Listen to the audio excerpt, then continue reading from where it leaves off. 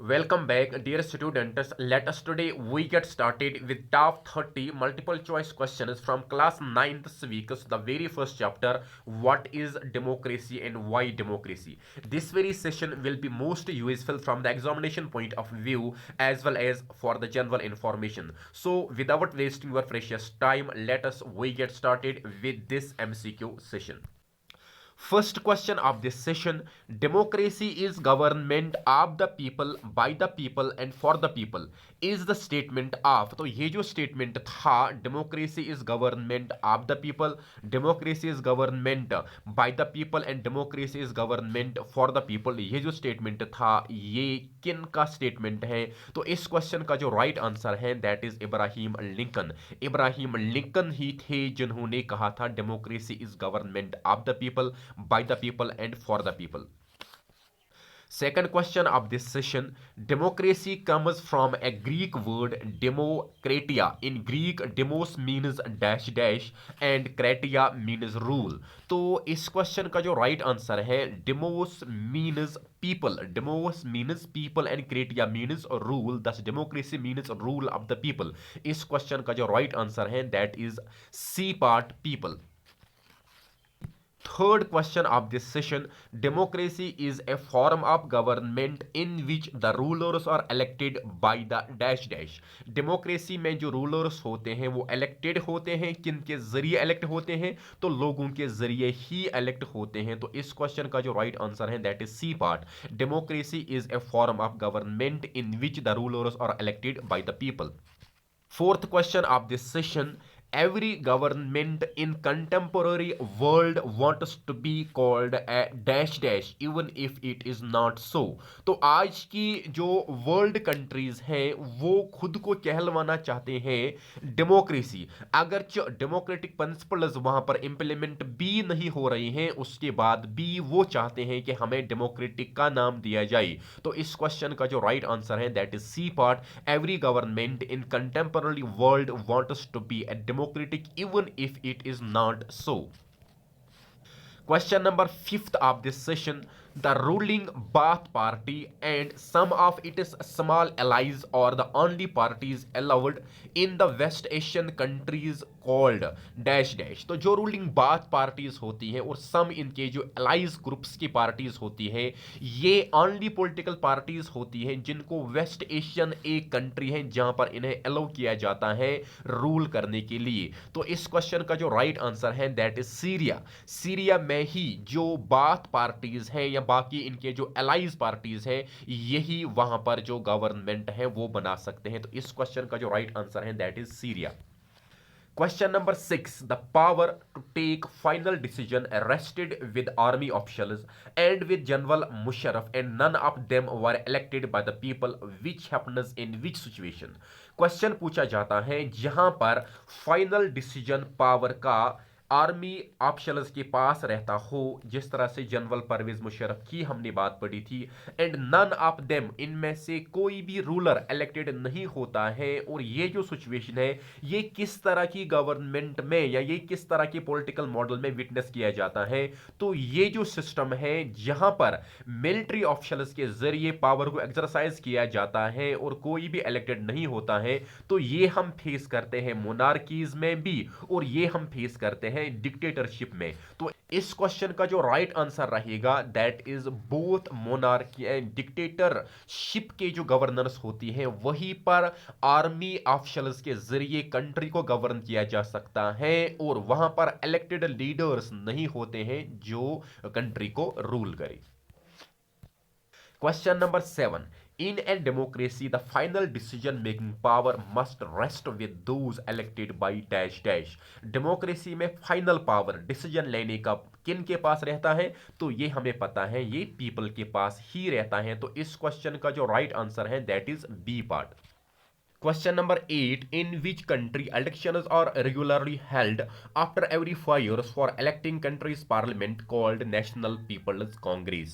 तो क्वेश्चन में पूछा जा रहा है कौन सी कंट्री है जहां पर इलेक्शन कंडक्ट किए जाते हैं हर 5 साल के बाद और कंट्री के पार्लियामेंट को इलेक्ट किया जाता है और वहां पर जो कंट्री के पार्लियामेंट का नाम है that is National peoples Congress. तो इस क्वेश्चन का जो राइट आंसर है दैट इज चाइना के पार्लियामेंट को इलेक्ट करने के लिए 5 साल पीरियाडिकली इलेक्शन कंडक्ट किए जाते हैं और साथ ही साथ नेशनल पीपल्स कांग्रेस ही चाइना के पार्लियामेंट का नाम भी है। तो इस क्वेश्चन का जो राइट आंसर है that is B part. Question number 9. In China, the government is always formed by which political party? तो चाइना में आपने पढ़ा होगा कौन सी पॉलिटिकल पार्टी है जो हर 5 साल के बाद वहां पर गवर्नमेंट बनाती है। तो इस क्वेश्चन का जो राइट आंसर है that is communist party. Communist party के जरिए ही चाइना में हर 5 साल के बाद गवर्नमेंट बनाई जाती है और China has a one party rule और इसलिए एक ही पॉलिटिकल पार्टी के जरिए वहां पर गवर्नमेंट बनाई जाती है। Question number 10. Since its independence in 1930, Mexico holds election after every dash dash years to elect its president. तो आज़ादी से 1930 में इनको इंडिपेंडेंस मिलती है। ये जो मैक्सिको एक कंट्री है यहाँ पर इलेक्शन कंडक्ट किए जाते हैं पीरियाडिकली। कहना है कि कितने सालों के बाद इलेक्शन कंडक्ट किए जाते हैं वहाँ के प्रेसिडेंट को इलेक्ट किया जाता है। तो इस क्वेश्चन का जो राइट आंसर है दैट इज एवरी 6 ईयर्स के बाद वहाँ पर इलेक्शन कंडक्ट किए जाते हैं और कंट्री का प्रेसिडेंट इलेक्ट किया जाता है। Question number 11. Which of the following statement is true about Mexico? Question number 11 statement की शक्ल में क्वेश्चन दिया हुआ है। Which of the following is true about Mexico? Mexico के केस में कौन सा स्टेटमेंट ट्रू है?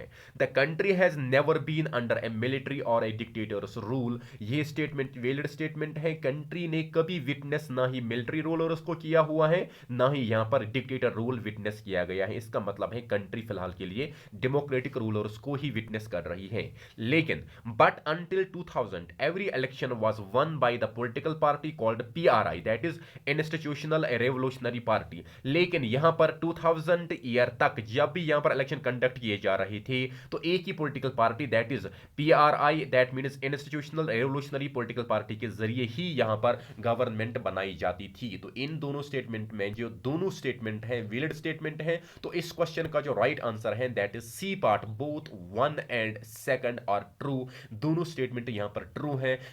Question number 12. A democracy must be based on a free and fair election, while those currently in power have a fair chance of losing an election. Democracy का एक principal ये भी है कि यहाँ पर जो इलेक्शन कंडक्ट किए जा रही है free and fair election conduct किए जा रहे हैं और इसका मकसद ये भी है कि जो करंटली इन पावर में है they had a fair chance of losing. तो ये जो स्टेटमेंट है वैलिड स्टेटमेंट है। तो इस क्वेश्चन का जो राइट आंसर है दैट इज ट्रू। ये स्टेटमेंट बिल्कुल ट्रू स्टेटमेंट है। Question number 13. Until 2015 in dash dash country women did not have the right to vote. तो कौन सी कंट्री थी जहां पर हमने पढ़ा था 2015 तक यहां पर जो फीमेल एडल्ट फ्रेंचाइज था वो अवेलेबल नहीं था। तो इस क्वेश्चन का जो राइट आंसर है that is Saudi Arabia. Until 2015 in Saudi Arabia women did not have the right to vote. Question number 14. In Fiji जो इलेक्टोरल पॉलिटिक्स यहाँ की है वो इस हिसाब से है कि यहाँ पर जो फिजी का रहने वाला है उसके वोट का वैल्यू लेस है एज कंपेयर टू दैट जो इंडियन फिजियन है मीन जो इंडियन ओरिजिन वहां पर सेटल हुआ है उसके वोट का वैल्यू ज्यादा है। तो ये जो यहाँ पर स्टेटमेंट दिया हुआ है ये स्टेटमेंट फॉल्स स्टेटमेंट है। इसका राइट स्टेटमेंट ये है कि फिजी में जो इलेक्टोरल सिस्टम है वो इस तरह का है कि जो वहां पर इंडिजीनियस फिजी है मींस फिजी का ओरिजिनल रेजिडेंट है उसके वोट का वैल्यू ज्यादा है as compared to that of an Indian Fijian. Indian Fijian के वोट का वैल्यू कम है। तो इस क्वेश्चन का जो राइट स्टेटमेंट है ये फॉल्स स्टेटमेंट है। तो राइट स्टेटमेंट हमने आपको यहां पर बता दिया। Question number 15. In a democracy, each adult citizen must have one vote and each vote must have dash dash value. Democracy में क्या होता है, हर एडल्ट सिटीजन के पास एक वोट होना चाहिए और हर एक वोट का डैश डैश वैल्यू होना चाहिए। इसका मतलब है कि हर एक वोट का वैल्यू इक्वल होना चाहिए। तो डेमोक्रेसी में क्या है, concept of universal adult franchise है, that means one person one vote and one value, जो इंडियन कॉन्स्टिट्यूशन में आर्टिकल 326 में दिया हुआ है। तो इस क्वेश्चन का जो राइट आंसर है दैट इज वन वैल्यू, हर एक वोट के वैल्यू होना चाहिए। Question number 16.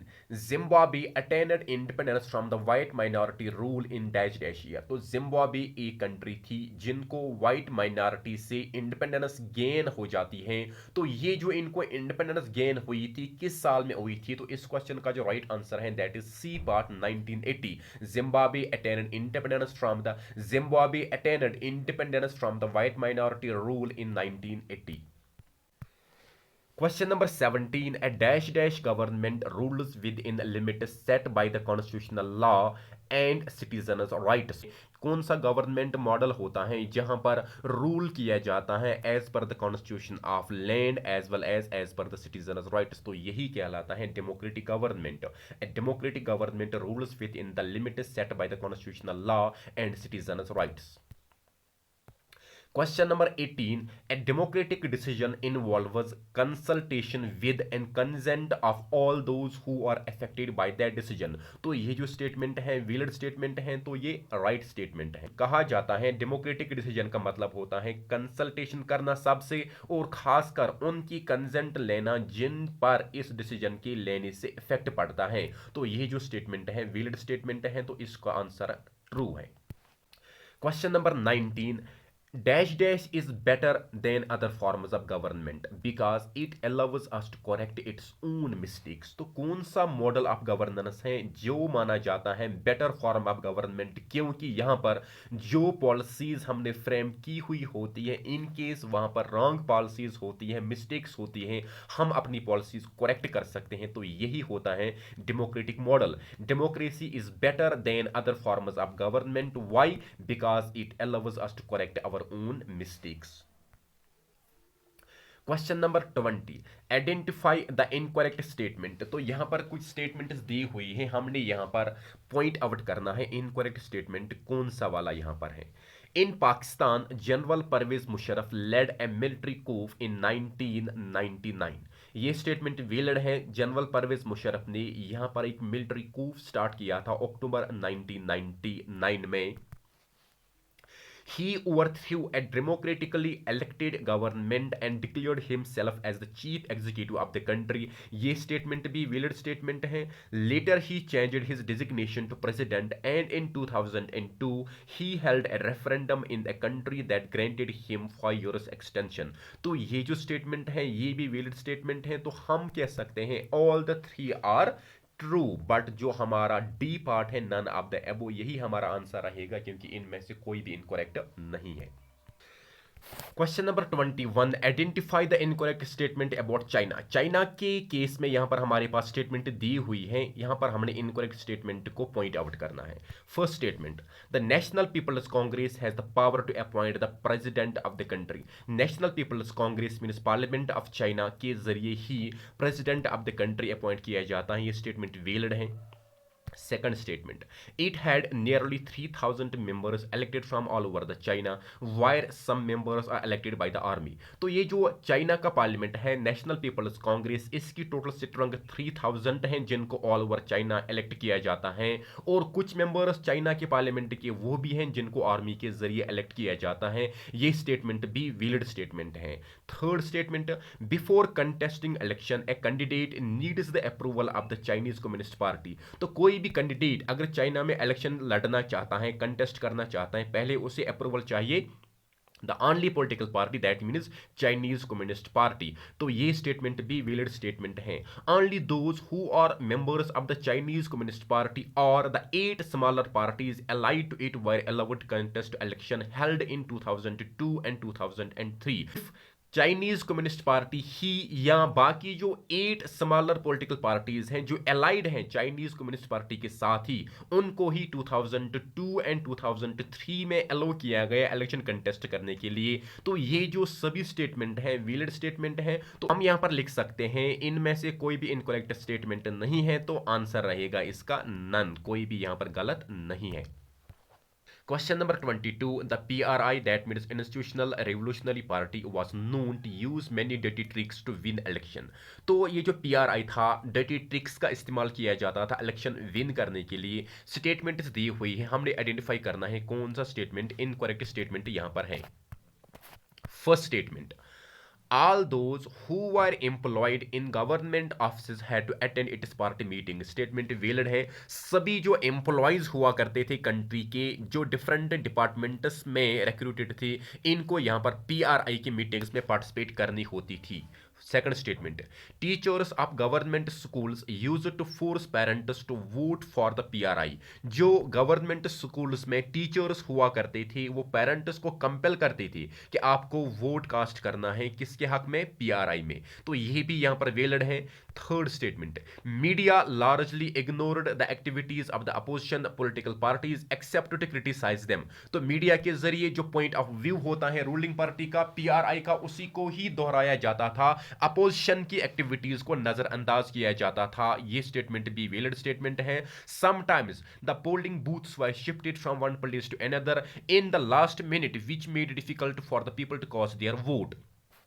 तो ये स्टेटमेंट भी यहां पर वैलिड है। इसके बाद PRI spend a large some of money in the campaign for its candidates. तो पीआरआई के जरिए बहुत तरह का पैसा खर्च किया जाता था ताकि इनके ही कैंडिडेट इलेक्शन जीत पाए। तो सभी जो स्टेटमेंट यहां पर हैं वैलिड स्टेटमेंट हैं। तो इस क्वेश्चन का भी आंसर रहेगा नन, इनमें से कोई भी स्टेटमेंट इनकरेक्ट नहीं है, सभी स्टेटमेंट वैलिड है। Question number 23. Democracy is a form of government. Accordingly, democracy is a form of government in which। तो democracy एक model of governance है जिसमें जो rulers elected by the people take all the major decisions। Statement valid है। Elections offer a choice and a fair opportunity to people to change the current rulers। Statement valid है।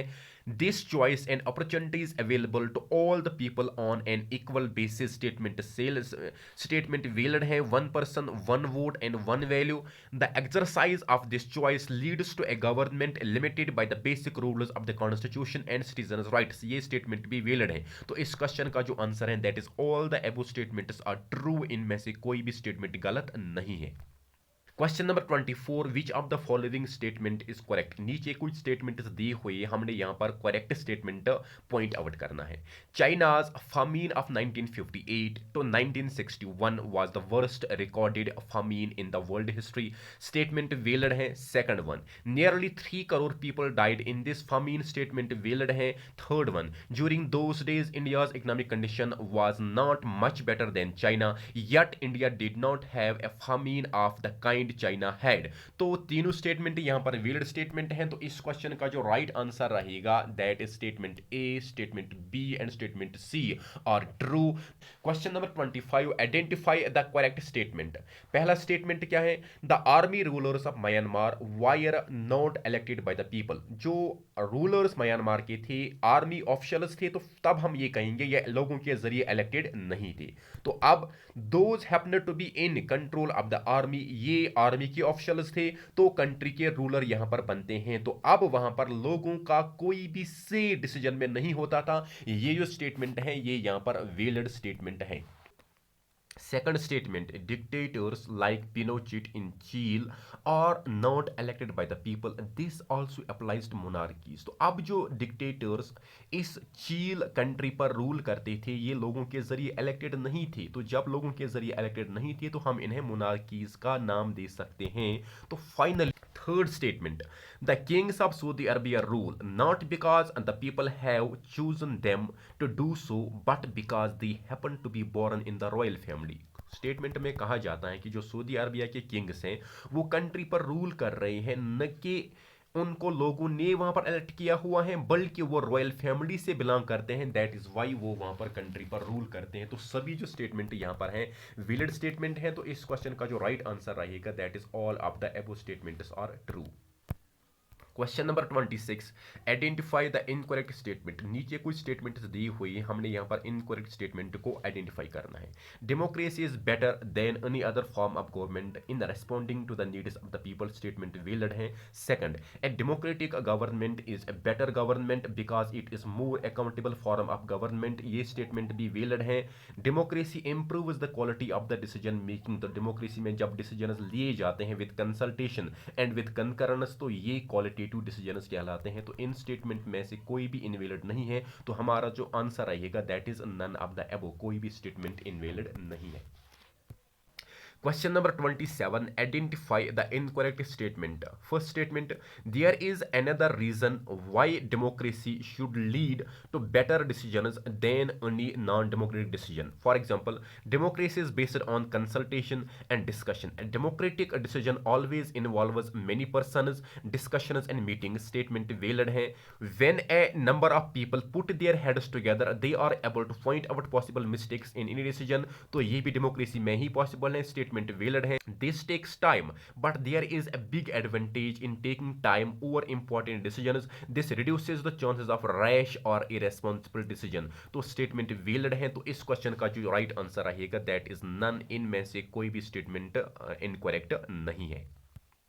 Identify the incorrect statement. In statements में से कौन सा statement incorrect है? First statement, democracy enhances the dignity of the citizen. So democracy के जरिए citizen की dignity को बरकरार रखा जाता है, स्टेटमेंट वैलिड है।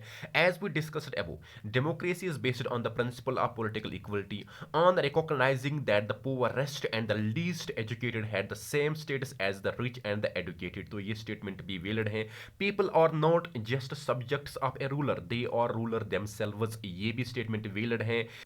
Even when they make mistakes they are responsible for their conduct, तो ये स्टेटमेंट भी वैलिड है। तो सभी स्टेटमेंट्स वैलिड हैं, तो इस क्वेश्चन का जो राइट आंसर रहेगा दैट इज नन, तो इनमें भी कोई स्टेटमेंट इनवैलिड नहीं है।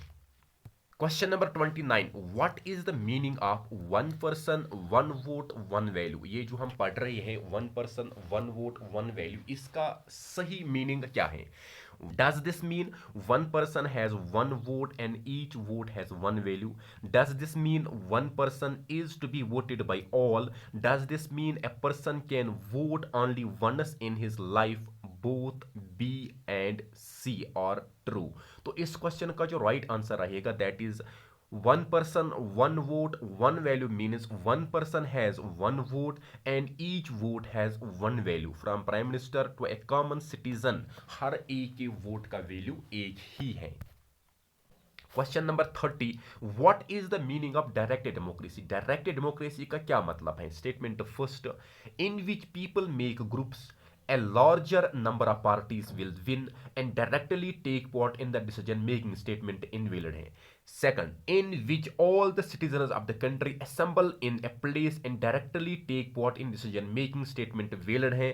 Third, in which people elect the leader and leaders of the different areas make decisions, तो ये स्टेटमेंट भी इनवैलिड है, नन ऑफ द अबव। तो इस क्वेश्चन का जो राइट आंसर रहेगा, डायरेक्ट डेमोक्रेसी का मतलब ये हुआ जब सभी सिटीजन्स को एक साथ असेंबल किया जाए, एक जगह असेंबल किया जाए और उसके बाद ही सभी सिटीजन्स की राय लेने के बाद ही डायरेक्टली सिटीजन्स के जरिए ही डिसीजंस को पास किया जाए, तो यही कहलाता है direct democracy. This was the last question of this session. Hope you all have enjoyed this very session very well. So this was all in this today's video lecture. We will be back in the next video lecture. Till then, stay blessed. Allah Hafiz. Fi amanillah.